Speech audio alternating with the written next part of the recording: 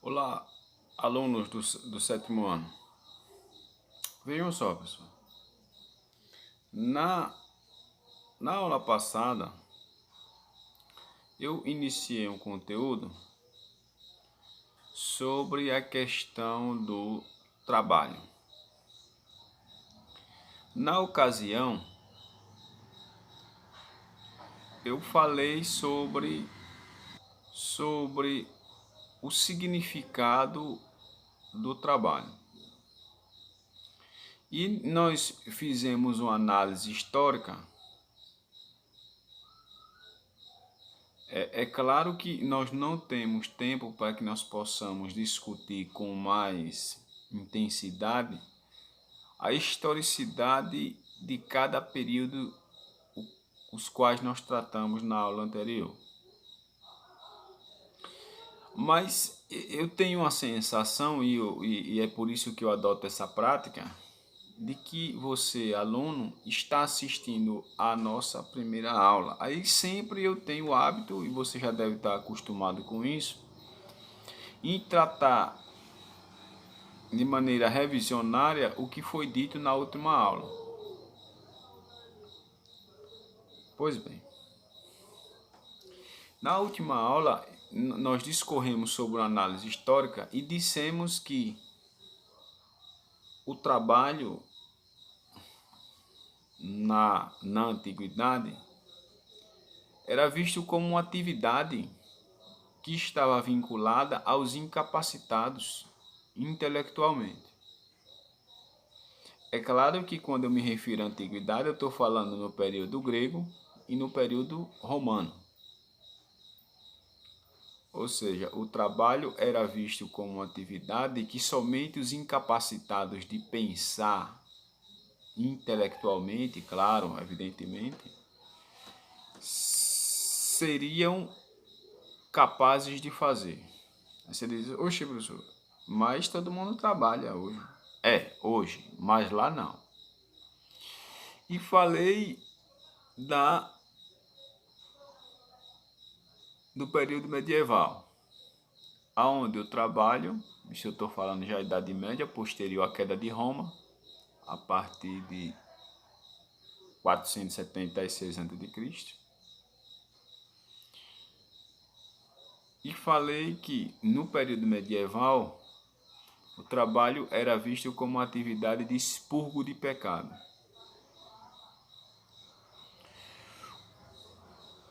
O trabalho só vem adquirir as características que tem hoje a partir da ascensão da burguesia. E quando eu falo ascensão da burguesia, eu estou me referindo à classe empresarial, que através dos movimentos das revoluções burguesa e da revolução industrial em si, vem instituir um novo valor à prática do trabalho. É claro que vai precisar da ajuda da transformação do pensamento que ao longo desse período se construiu. Ou seja, na modernidade, o trabalho supera qualquer coisa. E quando eu falo supera qualquer coisa, eu estou me referindo na seguinte questão. Lá na Grécia, quem nasceu para ser tal coisa, ele é predestinado para aquilo, ele já nasce com aquela habilidade. Claro, quando eu falo Grécia, eu me refiro a Roma também, paralelamente. No período medieval, funcionava mais ou menos da mesma forma. Claro que para a elite daquele tempo. Na modernidade, não. O trabalho supera todas as virtudes do ser humano.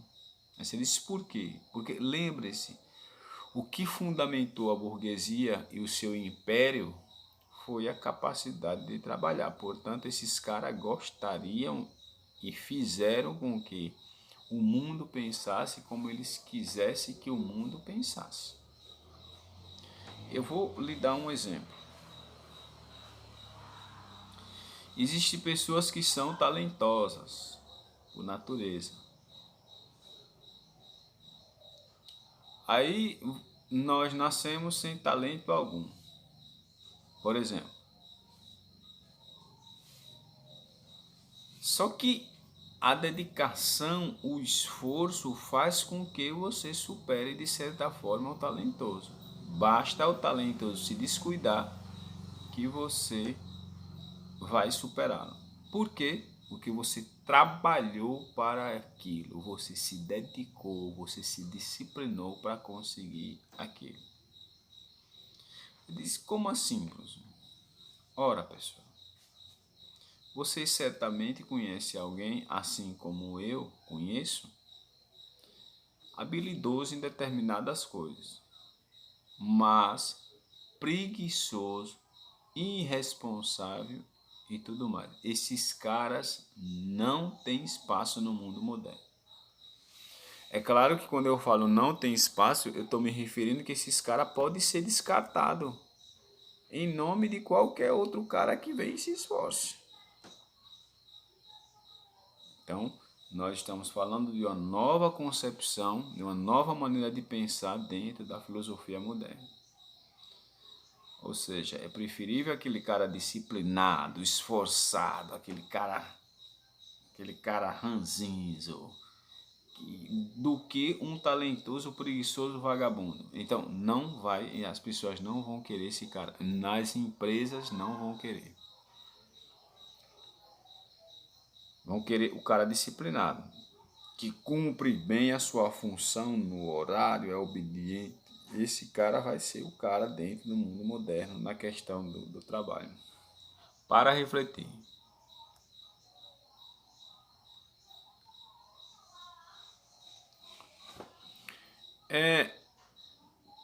Eu trago o fragmento aí de um texto para que nós possamos iniciar nossa reflexão hoje, que diz o seguinte: cada vez mais o trabalhador encontra-se forçosamente distanciado do produto de seu trabalho. O que é que ele está dizendo? Que o trabalhador não tem vínculo com o resultado do seu trabalho. Isso pode ser um vínculo material ou emocional. Como assim, você? No mundo capitalista de hoje, a acessibilidade proposta pelo próprio sistema do capitalismo faz com que o trabalhador que produza determinado produto não possa pagar por ele, não possa comprar ele. Porque não venha me dizer que um trabalhador que trabalha em uma montadora de carros importado pode possuir um carro importado. Você diz, por que não pode não? Ele não é ser humano não. Eu não estou falando nisso, eu estou dizendo que o que ele ganha não é capaz de suprir a aquisição daquele benefício. Mas isso é uma característica das economias modernas, isso é uma característica do capitalismo moderno. Ele se propõe a essa questão.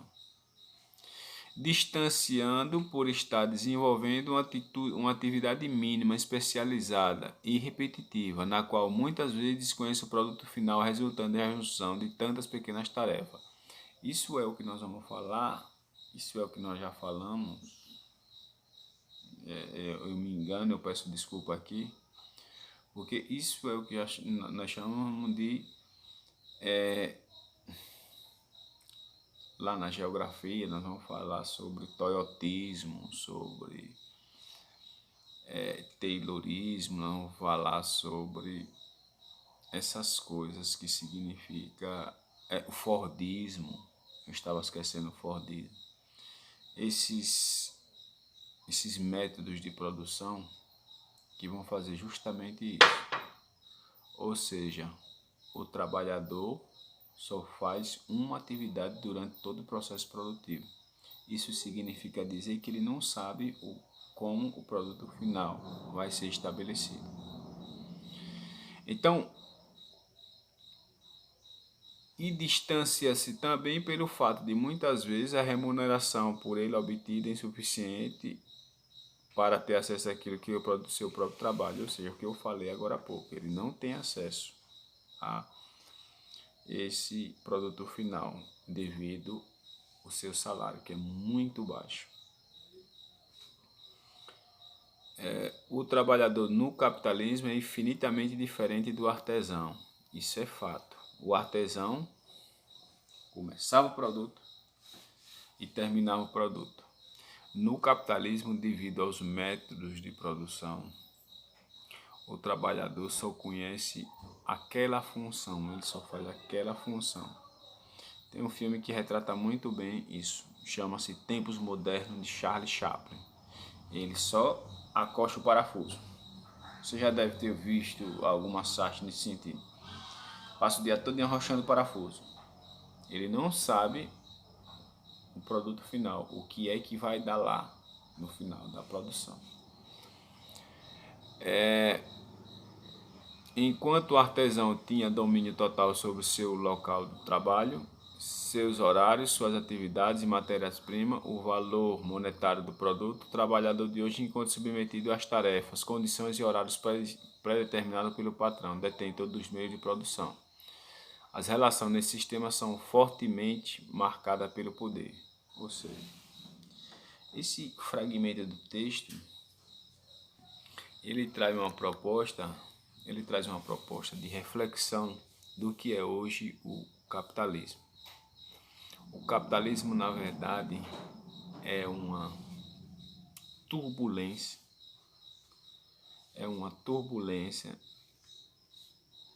produtiva. Você diz, professor, por que uma turbulência produtiva? É porque se nós fôssemos falar, eu acredito que o professor Kleber, de alguma forma, que fala dentro da geografia sobre essas questões produtivas, e eu também falo, só que em séries posteriores. Nós estamos agora dando aula para o 7º ano e eu não tenho um assunto específico que trata disso nesse ano, 7º ano, mas eu gostaria só de adiantar que nós falamos sobre expansão marítima, e expansão marítima é o capitalismo em sua forma primitiva. E nós vimos que o que caracteriza o sistema capitalista é o lucro, acima de tudo. Então, o que é o capitalismo? Sistema de produção que visa apenas o lucro. É claro que isso é uma definição singela do capitalismo. Porque se nós fôssemos refletir sobre o capitalismo, nós teríamos muito para que pudéssemos refletir. O fato é que o capitalismo, de modo geral, proporciona transformações sociais e também propõe transformações nas relações de trabalho. Ou seja, quando eu falo transformações nas relações de trabalho, eu estou me referindo especificamente às relações de poder que se gera dentro do âmbito trabalhista. Então, dentro dessa concepção, eu estou instituindo valores capitalistas dentro das relações de trabalho. E é nessa perspectiva que na aula que vem nós falaremos sobre a participação da mulher no mercado de trabalho, ok? Então hoje foi uma análise singela sobre essas relações de trabalho e serve como aula introdutória para a próxima aula. E eu gostaria que vocês deixassem os vossos likes e se inscrevessem no nosso canal para que pudesse dar uma força para a gente, ok? Tchau, tchau, até a próxima aula e até mais.